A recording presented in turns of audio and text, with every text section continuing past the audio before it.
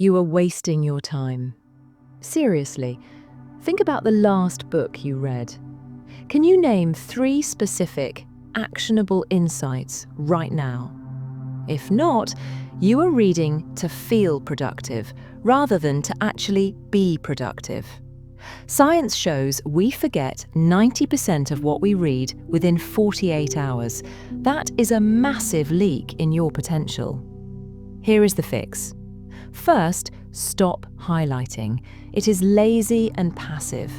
Instead, prime your brain. Before you open the cover, define exactly what you want to learn. Second, use active recall.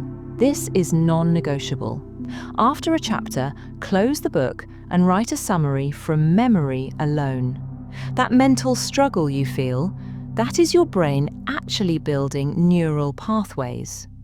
Finally, use spaced repetition. Review your notes 3 days later, then a week later.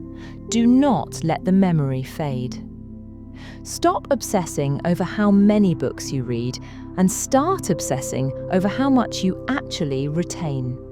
Quality beats quantity every single time.